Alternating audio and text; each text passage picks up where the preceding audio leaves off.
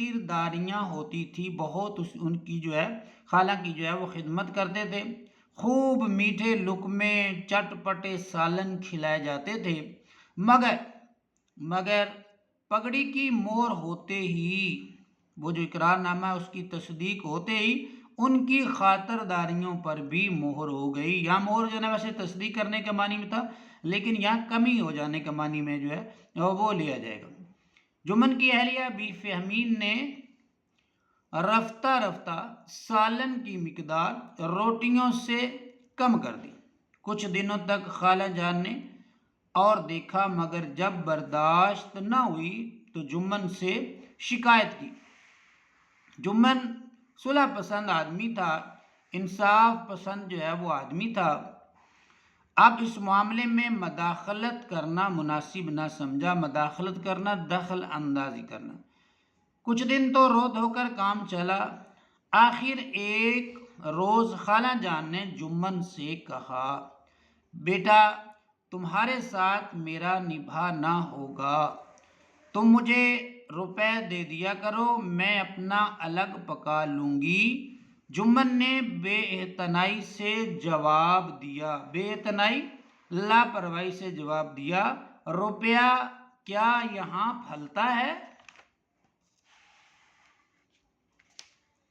جمن کہتا ہے روپیہ کیا یہاں پر جو ہے وہ پھلتا ہے، یہاں پیدا ہوتا ہے؟ خالہ جان نے بگڑ کر کہا، تو مجھے نان نمک چاہیے یا نہیں؟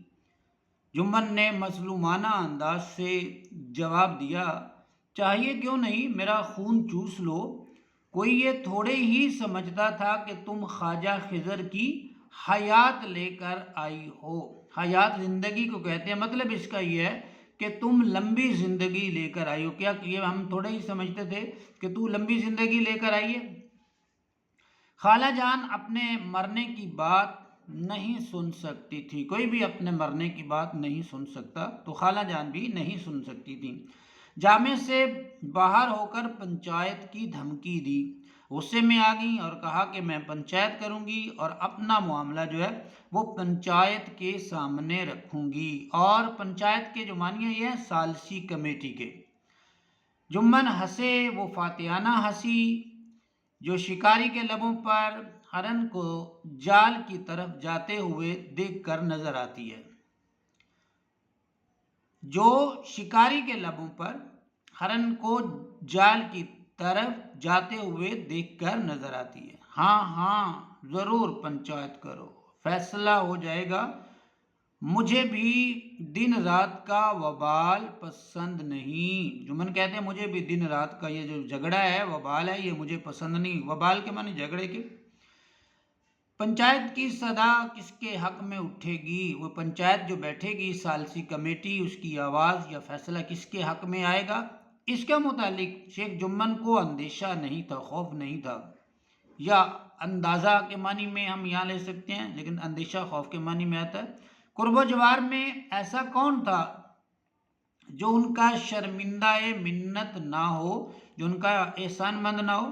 کون تھا جو ان کی دشمنی کو حقیر سمجھے، اس کی دشمنی کو کمتر سمجھے؟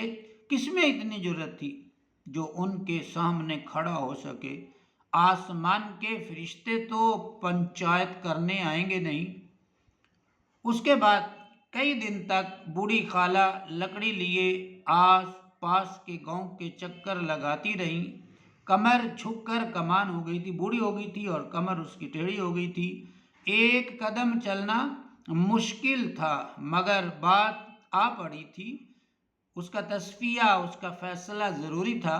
شیخ جمن کو اپنی طاقت، رسوخ اثر اور منطق دلیل پر کامل اعتماد تھا، کامل مکمل اور اعتماد بھروسہ تھا۔ وہ کسی کے سامنے فریاد کرنے نہیں گئے۔ بوڑھی خالہ نے اپنی دانست میں تو گریہ و زاری کرنے میں کوئی کسر نہ اٹھا رکھی، اپنے خیال میں تو اس نے جو ہے اہو بکا لوگوں کے سامنے کی، اس میں کوئی کمی نہیں چھوڑی۔